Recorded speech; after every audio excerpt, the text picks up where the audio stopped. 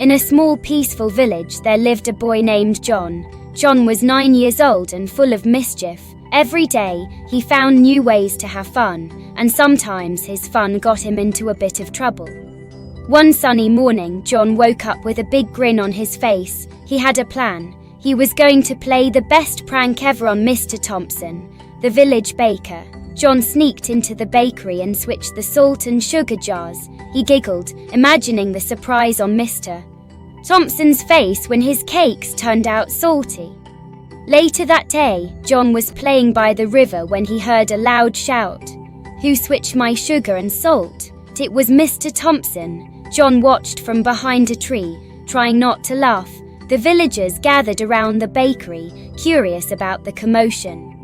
But then something unexpected happened. Mrs. Thompson, the baker's wife, tasted one of the salty cakes and smiled. "This is delicious," she exclaimed. "It's a new kind of treat." The villagers tried the salty cakes and loved them. Mr. Thompson decided to sell them as a special new recipe. John could not believe his eyes. His prank had turned into a success. He felt a mix of pride and confusion. But he wasn't done yet. Mischief was his middle name after all.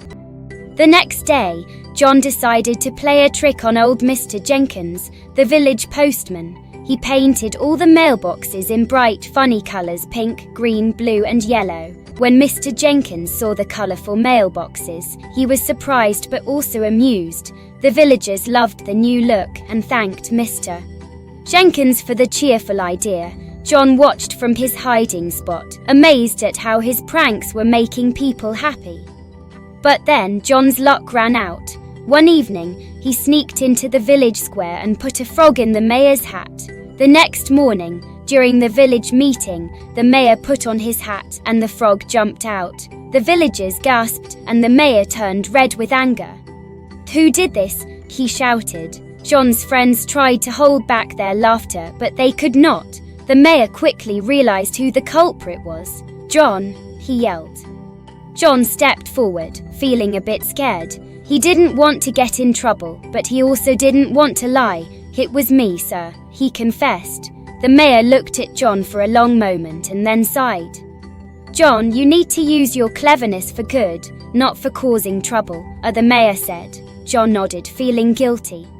From that day on, John decided to change his ways. He started using his ideas to help people. He organized fun games for the village children, helped the baker with new recipes, and even painted the schoolhouse with bright colors. The villagers soon saw a different side of John.